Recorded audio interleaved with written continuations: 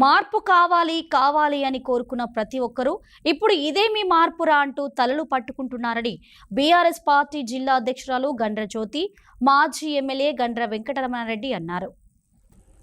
మొగుళ్లపల్లి మండలంలోని అమ్మ గార్డెన్స్ లో మొగుళ్లపల్లి మండల బీఆర్ఎస్ పార్టీ అధ్యక్షులు బలుగురి తిరుపతిరావు అధ్యక్షతన ఏర్పాటు చేసిన మండల ముఖ్య కార్యకర్తల సమావేశంలో భూపాలపల్లి మాజీ ఎమ్మెల్యే గండ్ర వెంకటరమణారెడ్డి, వరంగల్ జిల్లా జెడ్పీ మాజీ చైర్పర్సన్, భూపాలపల్లి జిల్లా బీఆర్ఎస్ పార్టీ జిల్లా అధ్యక్షురాలు గండ్ర జ్యోతి పాల్గొన్నారు.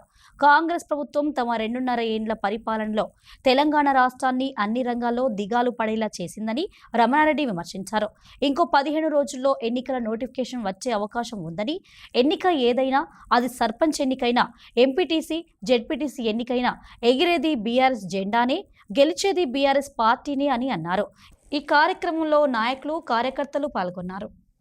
మనమేంటో మన సత్తా ఏందో 27వ తారీఖు నాడు మన పార్టీ ఆవిర్భావ దినోత్సవం నాడే ఒక్కసారి కేసీఆర్ గారు పిలుపునిస్తే ఎలక తొట్టులో జన సముద్రాన్ని ఒక్కసారి చూపెట్టినటువంటి రుచిని చూసి భయపడుతున్నటువంటి అధికార పార్టీ ఎన్నికలు పెట్టడానికి భయపడతా ఉన్నది. ఎన్నికలు పెడితే ఎక్కడికి పోయినా కేసీఆర్ఏ రావాలి, మళ్ళీ బీఆర్ఎస్ఏ కావాలని రైతులు చెప్తున్నారు, మహిళలు చెప్తున్నారు, యువకులు చెప్తున్నారు, అందరూ చెప్తున్నారు.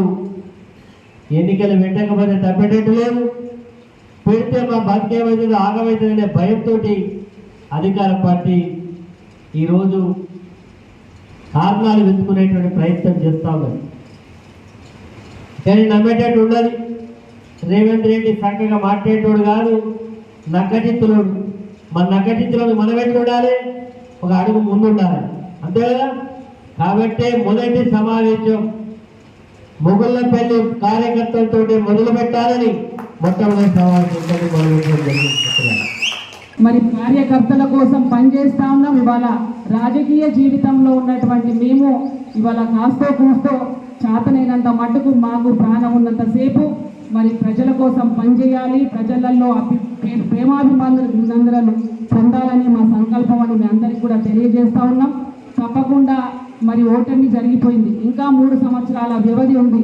ఈ 3 సంవత్సరాల వ్యవధిలో మీరందరూ కూడా ఒకసారి ఆలోచన చేసి రేపు రాబోయే రోజులలో మరి వచ్చేటువంటి సర్పంచ్ వస్తాయా, జెడ్పీటీసీయా, ఎంపీటీసీయా, ఇంకా వాళ్ళకే ఒక సరి అయినటువంటి అవగాహన లేదు. ఏం పెడతారో తెలియదు. ఏం పెట్టినా కూడా మనమందరం కూడా సిద్ధంగా ఉండాలని మిమ్మల్ని అందరినీ కూడా ఇక్కడ ఉన్నటువంటి కార్యకర్తలు ప్రతి ఒక్కరిని కోరుకుంటాం.